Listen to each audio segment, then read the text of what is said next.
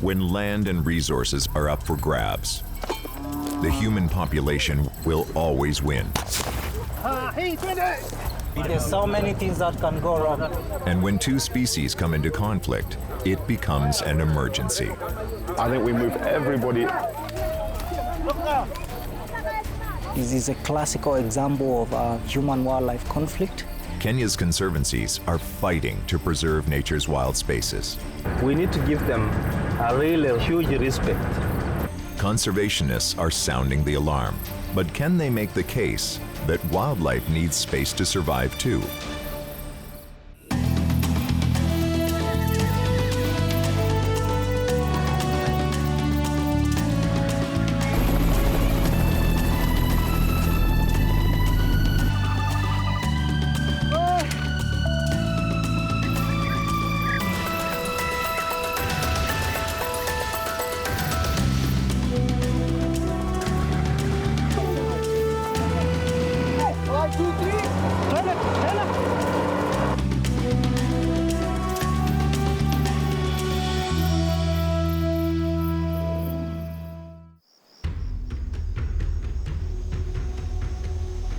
The fate of African wildlife comes down to a simple equation.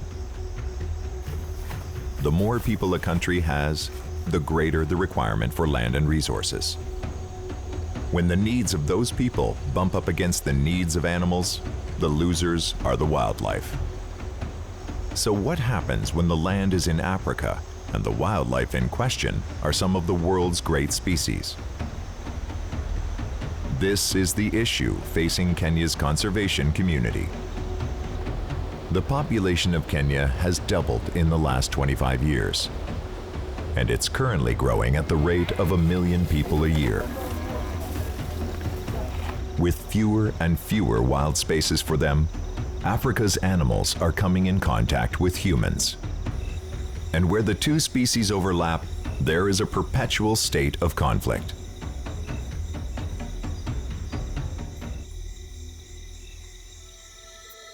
In Kenya, when humans and wildlife come into conflict, the conservancies step in. Their goal is to protect the wildlife and reassure villagers that they are safe. Today, staff of Lewa Wildlife Conservancy has received a call from a nearby village. 296. A leopard that has been hanging out around the village attacked 3 people this morning. The attack was severe enough to send them to the hospital. Now it's run into an abandoned house and won't leave. The villagers are angry and scared. Kenyan Wildlife Service vet Mathew Mutunda is dispatched to the scene. Mko na comms na sisi? Mko na communication na sisi? So they phoned Lewa radio room and we came to offer the solution. This is a tough job. Mathew needs to get there before the leopard or one of the villagers ends up dead. Once you get such a call, it's always an emergency. It's an emergency in the safety of the community and on the animal. The story is a few goats have been lost in the vicinity and it's an abandoned house. So he's a young guy, he's not very wise into the ways of the world. The villagers have livestock, so it's not a surprise that a leopard would go after an easy meal. What is unusual is that the leopard has stayed in the village. This is an indication that the cat may be injured or ill. Mathew's years of experience are important here. He's going into a tense and dangerous situation, which is made more unpredictable by the fact that the leopard will likely be in an agitated state. It's very hard, I'm telling you. It's an animal in a confined place. The realistic thing is to stay far, observe, and make up a plan. As always, Lewa wants to solve this without killing the leopard. The plan will be to tranquilize and relocate the animal. That job will be handled by wildlife specialist Batian Craig. That's the house there. A crowd has been gathering since morning. But for the Lewa team, all these people are a major safety risk to the operation. You have so many things to balance. You've got to be careful. There's so many things that can go wrong. The animal can bolt out of where it's hiding and attack the people. The people can get impatient with the animal and try and attack it. Those are two of my greatest concerns. We have to really move fast.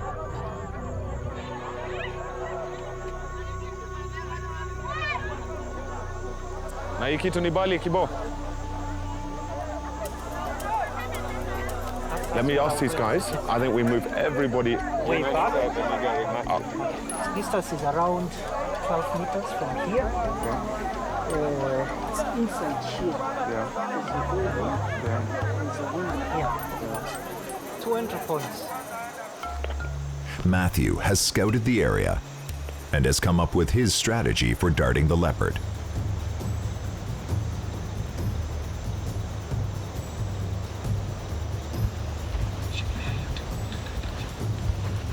Mathew prepares the tranquilizer.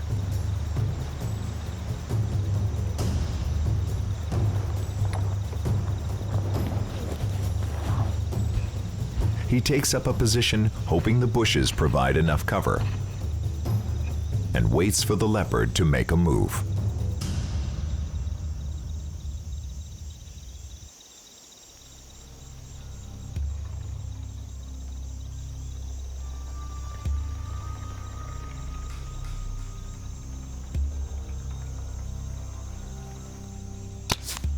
The shot is successful.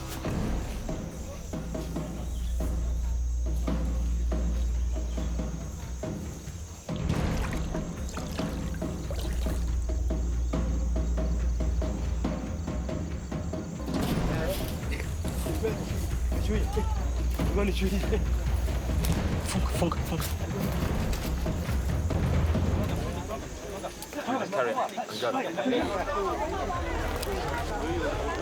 Undo the head. Batian will take the animal in his vehicle and drive deep into Lewa, far away from the village.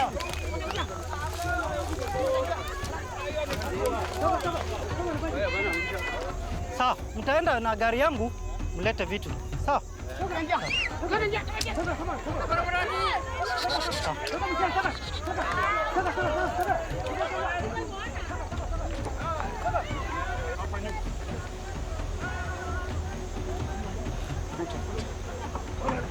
Mathew goes along to make sure the leopard doesn't wake up suddenly and attack. I just want to restrain the legs.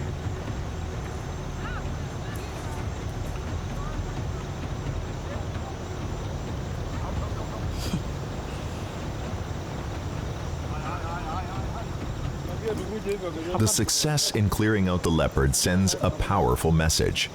Not only can Lewa be counted on to protect the wildlife, but it will act in the best interest of the community as well.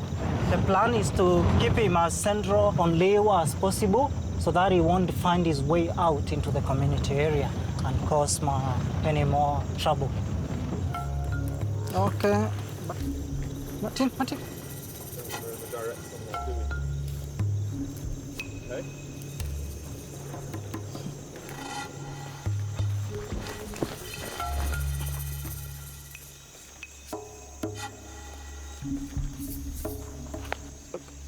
Okay, there you go.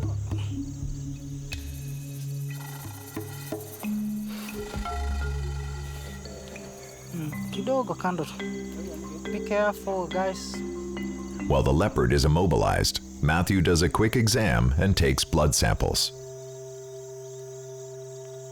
When you're there, the guy's breathing so well. But he looks young and fit. You can't see any injuries. The tail is good. The eyes, the ears. Hi. Let's go.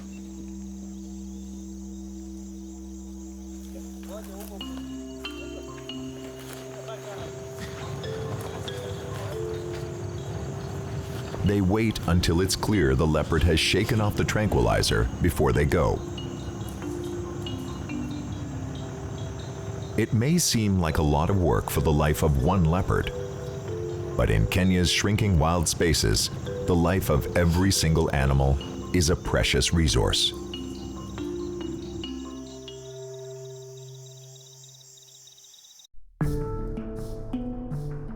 Even though human populations are grabbing more and more land, there are still places in Africa that remain wild and appear to be in a healthy balance. The presence of these protected spaces is a sign that the governments are aware of the threat that our species poses to one of the great ecosystems on the planet. If we want lions, elephants, rhinos, and the other great animals of the continent to exist and thrive, the reality is that we now have to plan and manage both the human factor and the animals. Even in the most wild of spaces, the movement of humans through that space becomes a factor.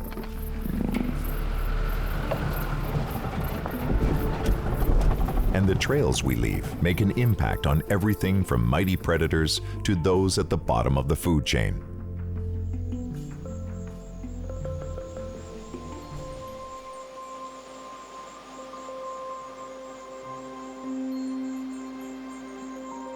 For creatures like this dung beetle, it takes only one small road to make a huge impact.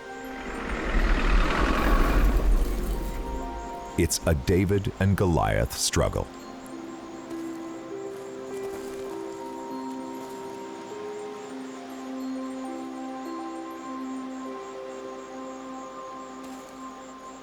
Finding space to exist undisturbed is an uphill battle.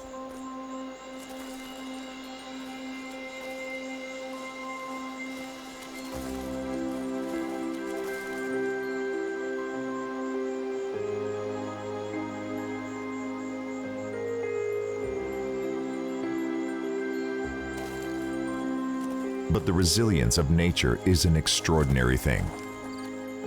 It has the ability to adapt to constant changes.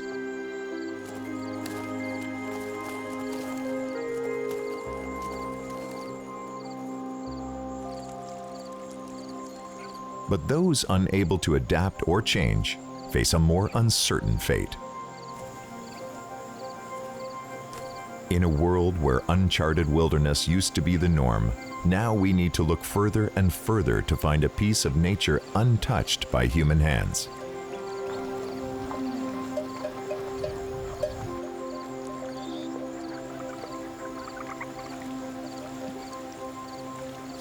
But even though there is scarcely a corner of Africa untouched by humans, there are some spaces where people and wildlife are coexisting successfully. This is the Namanyak Wildlife Conservancy.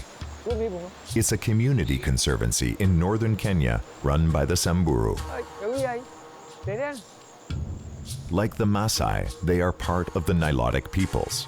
Their ancestors came south from the Nile Valley to Central and Eastern Africa. The Samburu have lived here in Kenya for centuries.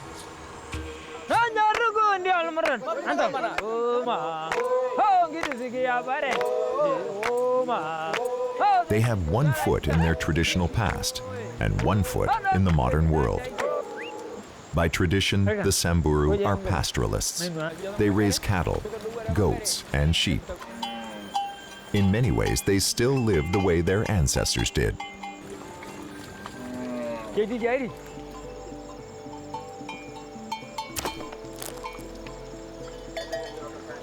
Collecting the blood of a living cow provides a traditional and highly sustainable food source. The Samburu have an oral tradition, handing down their practices from generation to generation.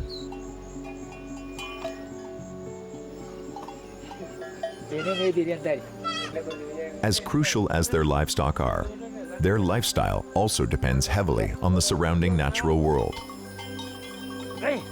The elders pass on centuries of wisdom to the younger generation. Samburu Chief Ripatan Loldekir is a repository of cultural wisdom and tradition.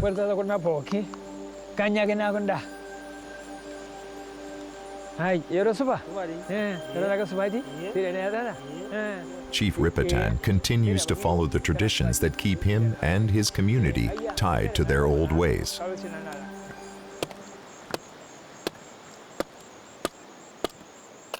Today, he's preparing to take advantage of one of nature's smallest creatures in the most traditional and sustainable of ways. dog na ra di gido ga da ka sa sani uwa na jani da me ra ya za tana yun do gido kuma na manya gido na ai da mai do amin gido ya da. Chief Ripatan is going to collect honey as he was taught to do by his father. And as he's been doing it himself for over half a century.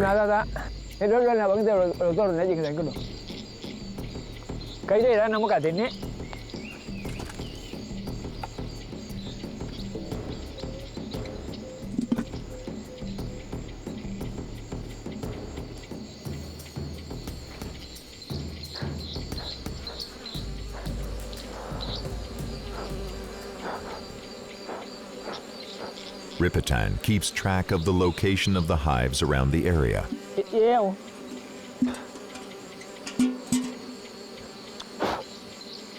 The next time he collects honey, he'll choose a different location so that his hive has time to recover.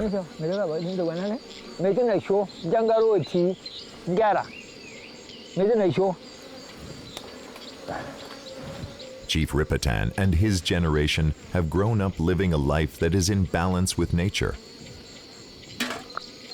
But time is catching up to the Samburu.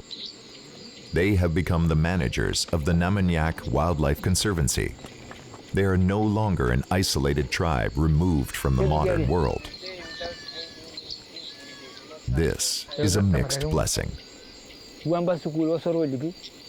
Korenga shida nikiaza tukutene sepetali mechana kwa sepetali tori ongo ko wane parra na bawamba amni ya sepetali tanako ndo kinikiche me na mwesi tata nikiche me mwesi tukitenare kora pate kwe. One goal of Lewa and the NRT is to encourage conservation and education without being too intrusive.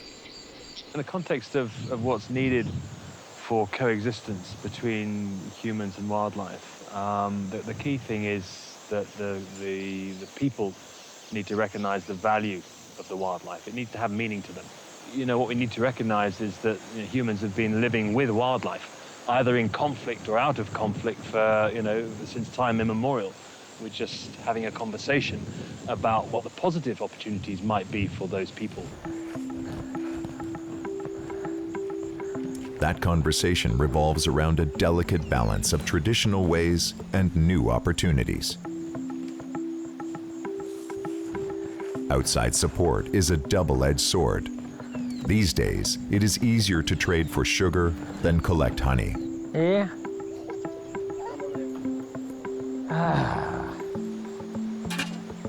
The elders are seeing less interest in traditional ways from the young people. Go.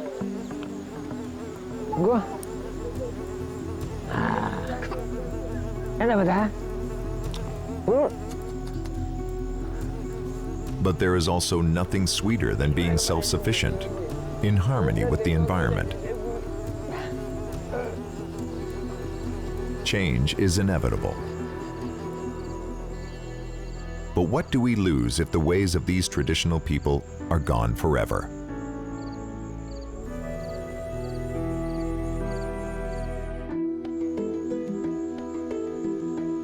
In Kenya, a growing human population is taking up land and resources at a rapid rate. This is knocking the environment out of balance and shrinking the space that wildlife has to live on. The ideal scenario would see humans coexisting with wildlife. But to many Africans, this is a purely utopian idea. The truth is that many of these animals are too dangerous and too destructive to human activities for coexistence to ever work. To understand the threat that Africans face from these wild animals, you only need to look at the lives of the Conservancy's rangers. The rangers, who are tasked with patrolling the Conservancy, live and work in the wild. Okay. In this environment, they have to play by nature's rules, and that means they live in constant danger.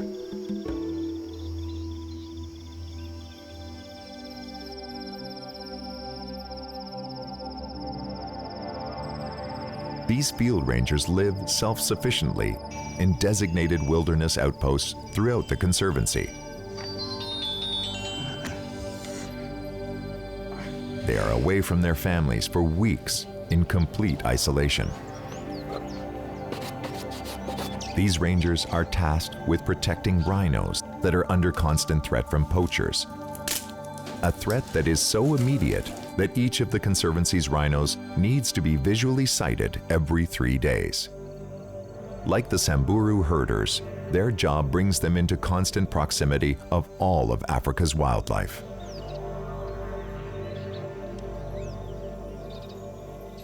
My name is Agustin Morillo, working at Lewa Wildlife Conservancy as a ranger. I've been doing this job for 5 years now. I am enjoying my work perfectly. It's a very good work. My favorite animal is a rhino. Surely I love rhinos. Lewa and his partner have not seen 3 of the animals in their care in 2 days. So today they are going to find them. We are going up the mountain. We are finding rhinos. And now we are ready to start our work, start our journey. This road helps us to see any crossing of buffaloes, rhinos, or anything else. In spite of the risks, these rangers don't carry guns, and that's by design. Buffalo max. This is a very dangerous animal that you have to keep him away from you because it's a very dangerous animal in the wild. So we don't know if there's something behind the bush. In the past, armed rangers would fire warning shots when confronted by an animal in the wild. But too often, instead of fleeing, the animals would charge and the ranger would have to shoot it. Or try to. A buffalo is a difficult animal to kill when it's charging, and often the ranger would wind up being injured. So the Conservancy adopted a centuries-old low-tech approach used by Samburu herders.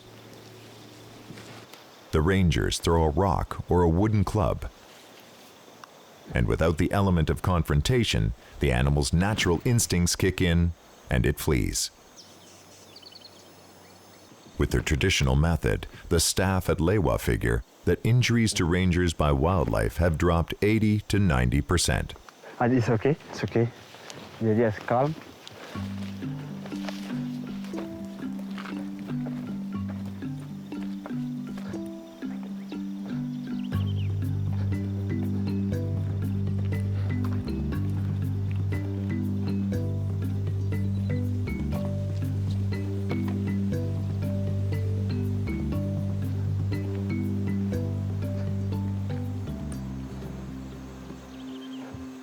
They find their first clue. The footprint of the rhino, a black rhino. But is this print one of the animals they're looking for? This is the black rhino territory. From the top of the hill down to the fence line. There's no any movement here. So we are going up the hill to see whether we should see anything. The team needs to reach higher ground to survey the vast landscape.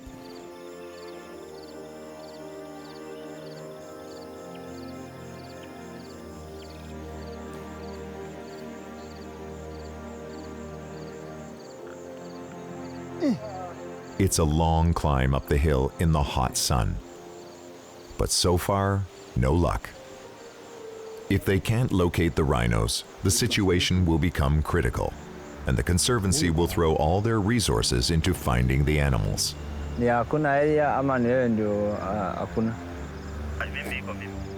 will need to reposition.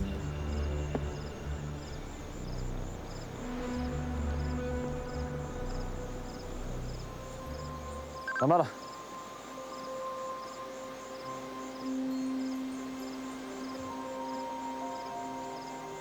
The team finds one of the most well-known personalities on the Conservancy. Now we see one white rhino, and we already identified the rhino. His name is Imado. That's the big male that we have in this area. Normally, you'd have to get closer to identify an individual rhino, but this guy has a very identifiable characteristic. When Imado was a baby, the hyena tried to go with his ear and left the ear hanging, so it's easy to identify him. While he is a welcome sight, they are not any closer to finding the 3 individual black rhinos on their agenda. I'm trying to look if I will find any black rhino, because during the night they come up to the mountain. During the day they go to the plains. If they can't find these 3 animals today, they will have to sound the alarm. If the rhino is not seen for 3 days, we call the reinforcement team. I see one rhino far away in that plain. There is one rhino there, very far. So it's now we go there. Today, these rangers walked for miles without spotting many animals. When people started to move into this area of Kenya, they needed land for farming and ranching. The wild animals wandering through, attacking people and livestock, were considered dangerous pests and too dangerous to make coexistence possible. So hunters were brought in to wipe them out by the thousands. To people settling the land, there was no ambiguity. In order to survive, humans had to bend the land to their way of living. It was survival. Today, this is the result. There are so few rhinos that each one needs caretakers like these 2 rangers. Because I saw rhinos and I want to identify them, first of all, I must go opposite of the wind. So the good way is to go like this.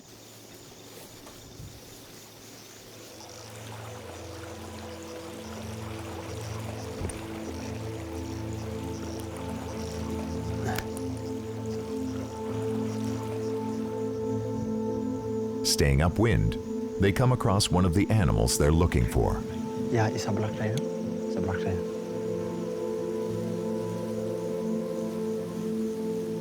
Notches on the animal's ear help identify it quickly. I identify the ear notch. The left ear, we count 5 at the down. This is not a job you want to linger over. Every second they stay, they risk the rhino smelling them and charging. Roger, 17. Chukua sabu area. The rhino is coming, so let us go. So that's 1 rhino located, and 2 more to go. Time is now a factor. It's almost midday, and in the afternoon heat, the rhino tend to find some shade and sleep. That will make them even more difficult to find. The wind is running all directions. They smell us, they run away. The next 2 rhino on their list are a mother and her baby. This pair could be the ones they are looking for, but they are too far away to identify. We are trying to approach the rhinos in front of us. Already we know they are black rhinos, but we don't know their names. A black rhino with a baby usually is very, very dangerous. Very dangerous. A black rhino with a baby is a very dangerous animal. Rhino have terrible eyesight, but they have excellent hearing and an acute sense of smell, and when threatened, they will charge. We approach the opposite direction of the wind because of the smell. Anyone in their right mind would walk in the other direction. But it's the ranger's job to identify the rhino in their care, and their commitment is such that they won't leave until they identify this pair.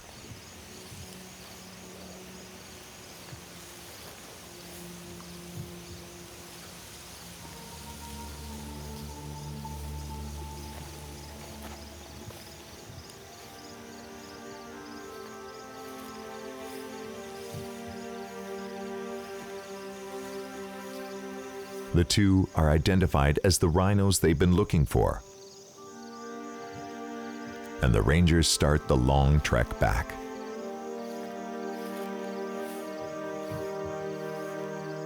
So the rhinos are there, quite fine. They are just enjoying the green pastures. Today, several teams like this one are reporting their findings to Lewa headquarters. Roger, after now. When dangerous wild animals and humans try to occupy the same territory, one way of life has to bend in order to ensure the survival of the other. In conservancies like Lewa, although our species manages and patrols the land, as much as possible, it's the wild that rules these areas. But when an individual animal within Lewa's boundaries becomes a threat, life gets complicated. And this is exactly the scenario that Lewa is about to face.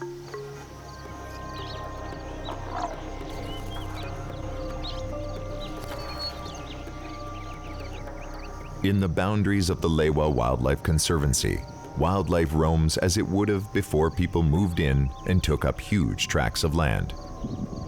The goal is to let the wild animals live undisturbed.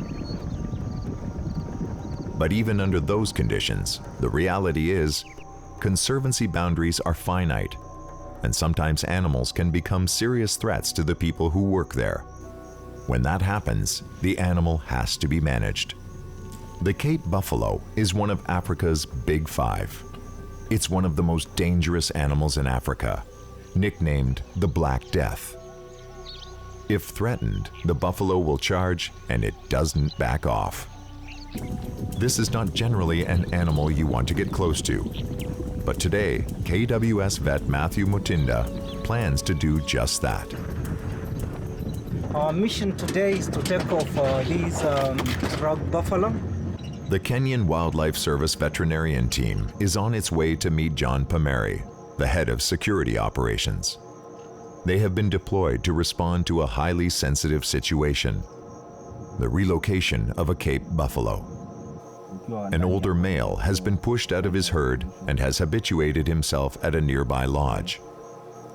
Male buffaloes who are outcast from their herd will compensate by being overly aggressive. Part of the funding to support Lewa Conservancy comes from tourism. The sad reality is, an aggressive buffalo is bad for business. So it's a difficult dilemma. Where can this animal go? We are here for a specific mission to take out one of the buffaloes. The African Cape buffalo is a huge temperamental animal. A plan is made as the team gathers and the area's rangers share their last sightings of the animal. Mathew learns that the buffalo has been captured and relocated in the past, and its horns trimmed as a safety measure. But he's found his way back since, and his horns have regrown. So we just have some more vehicles. We hope we get it.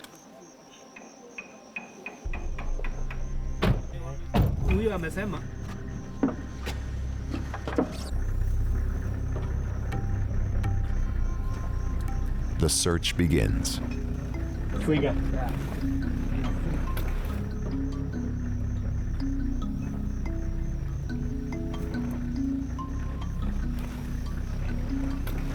Even though this old male has probably been pushed out of his herd, it's likely he'll continue to try to return to them. So Mathew and his team are going to start their search by locating the herd. The herd was last sighted past an exclusion zone.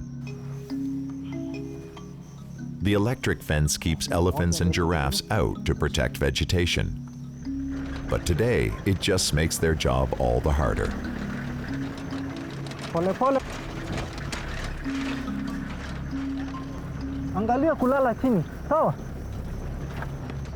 The herd has been located.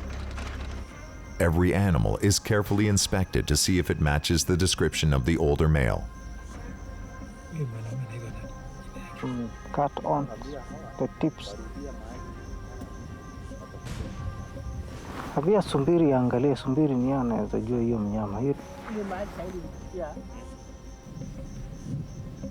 Oh, inakuja. We just checking one more place. If we don't get, we go. Just before the team is about to leave the area, Mathew spots something. the old male was probably once an alpha. It's hanging around, hoping to get back in. I think it's him. It's very important to take the right guy. It takes considerable cost to move this animal from here to Sarah. That's not so bad. Bad thing is to be clueless. One last inspection of the individual confirms its identity. The plan is to tranquilize the animal and relocate him. This is a crucial time. The team must remain quiet and calm so as not to spook the animal. If it is panicked and runs into the bush, they might not be able to locate him in time to inject the necessary antidote, and the buffalo would likely die.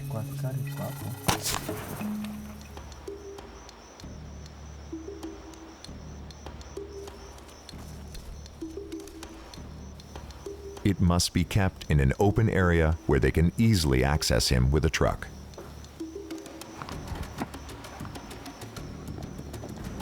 The tranquilizer is starting to take effect, and the team moves in. Chunga bwana. Chunga hii kitu.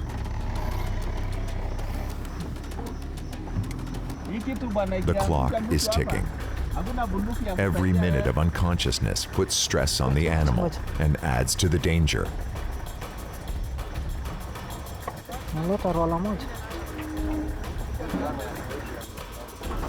This buffalo has been immobilized. Unlike sedation, which makes the animal drowsy, this affects its muscular system and prevents it from moving. This animal is fully conscious.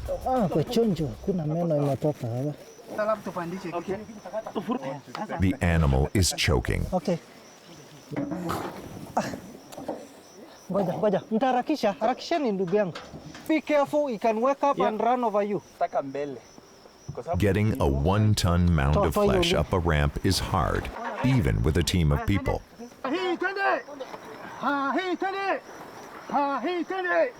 They don't want to keep the buffalo tranquilized for much longer, so time is of the essence.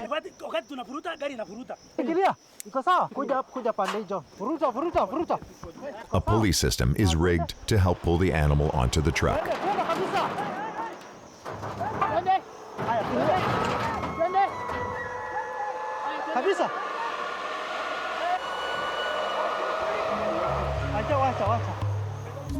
Haya, wanaume, hii tutaingiza na mkono.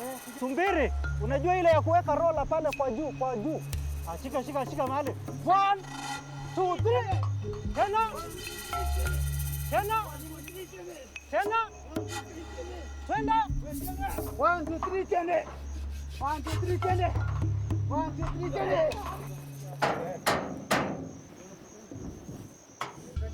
Mathew administers the antidote. We'll revive the guy. The buffalo will be awake for his 4-hour journey.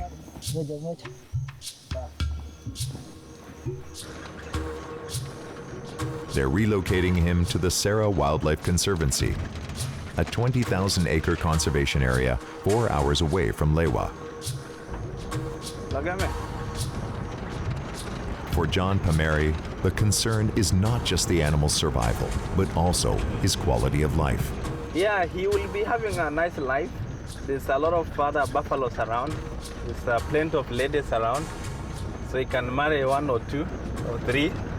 We need to understand that they are the first creatures to be in this land, not us. We are the second. So we need to give them a really huge respect. And we need really to give them a space. After they leave the highway, there's still a long way to negotiate through the bush.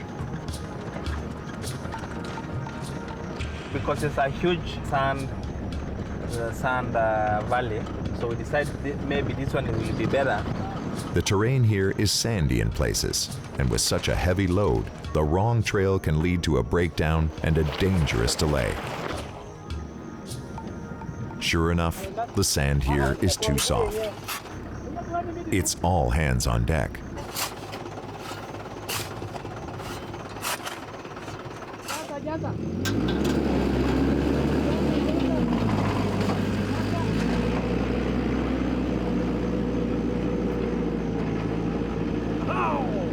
The bush tactics.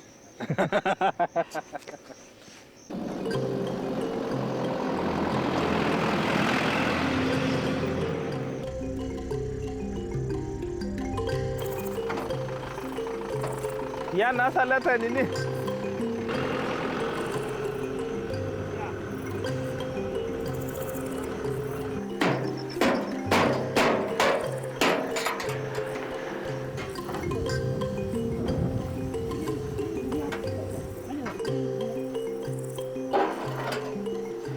Nearly a dozen professionals have dedicated an entire day and countless resources to the well-being of a single common animal.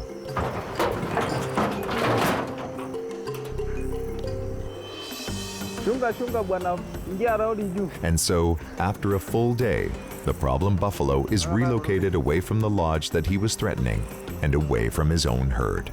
Hakuna hata kusimama. Nyo.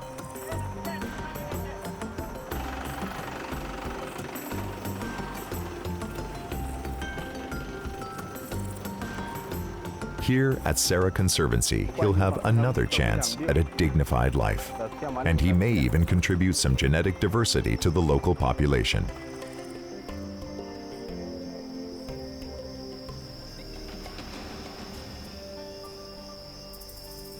It isn't just big game who are struggling to find their place in the world.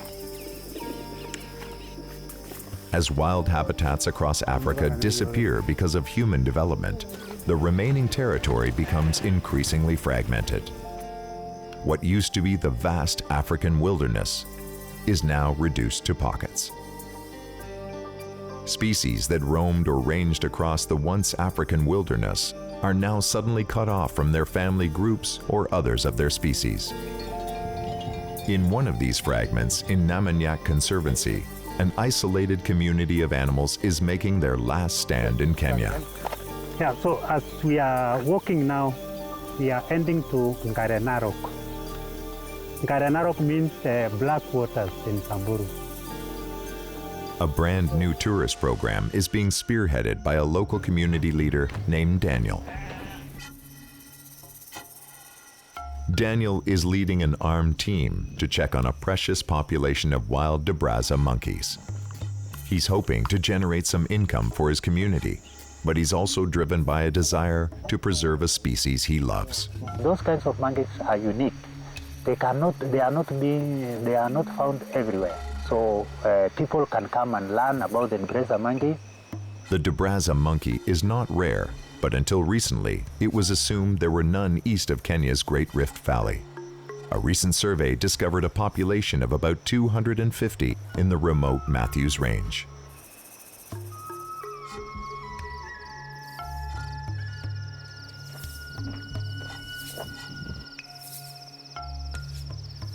The best time to see them is the morning, so the team will need to camp overnight.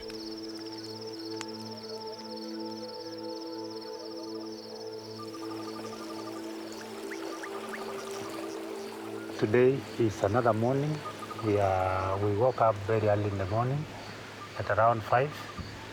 And this is now our best time to go and see where the Diaries monkeys are. What is happening to the Diaries is a perfect example of what's happening to many species.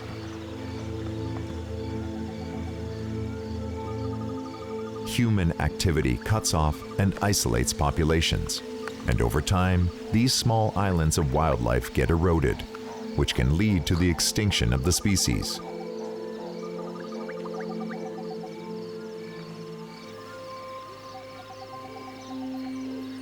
This population of Diaries is new to conservation researchers, but to the locals, they're a familiar presence.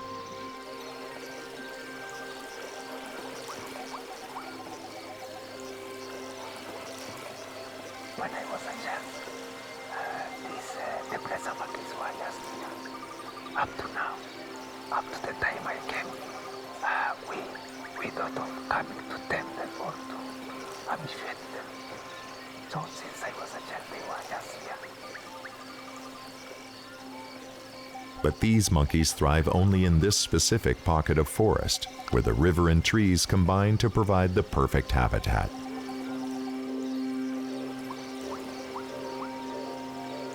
They eat the fruits of these trees, and also they sleep on top of those trees. But it is vital to their survival that this fragile habitat remain untouched.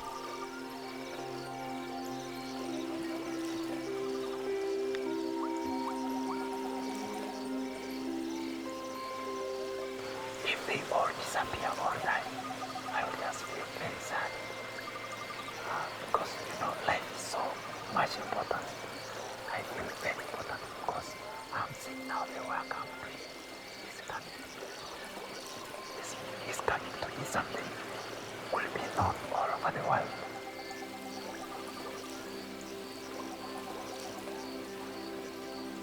Turning a profit isn't enough to ensure a species' future. Humans need to understand that wildlife needs a space of its own, and without it, they don't have a shot at survival. This is why Daniel hopes this area will become a Dabraza sanctuary.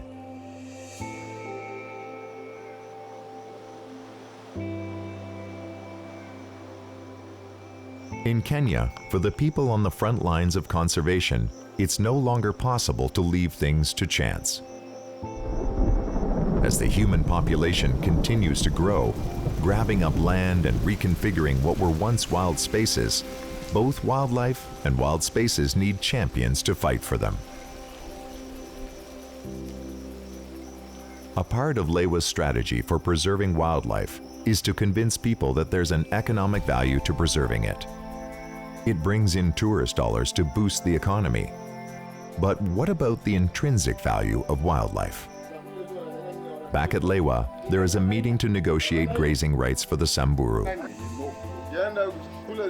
If not properly managed, livestock can destroy an ecosystem and threaten the survival of other species.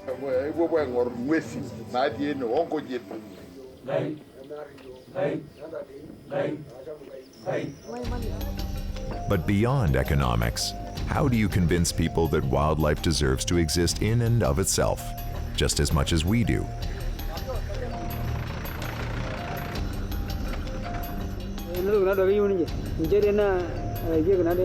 Sometimes the best way to change perception is to have people encounter wildlife firsthand.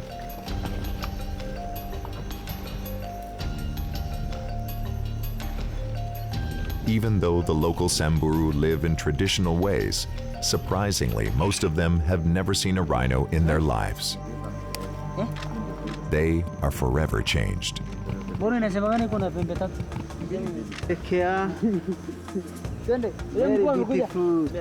In Kenya, conservationists are working to build this kind of consciousness to ensure that wildlife has a place to survive. If the community conservancy model and concept can continue to be the success it's been for the last 20 years, then wildlife has a future in this country.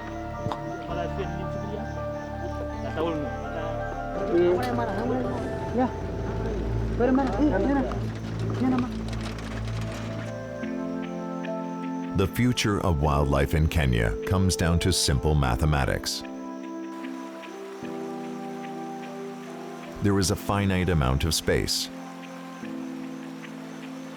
With populations currently growing by 1 million people a year, there will be even less of that space for wildlife.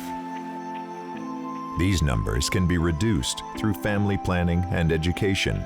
But for now, the question is, are humans willing to make the commitment to give wildlife the space it needs to ensure their survival into the distant future?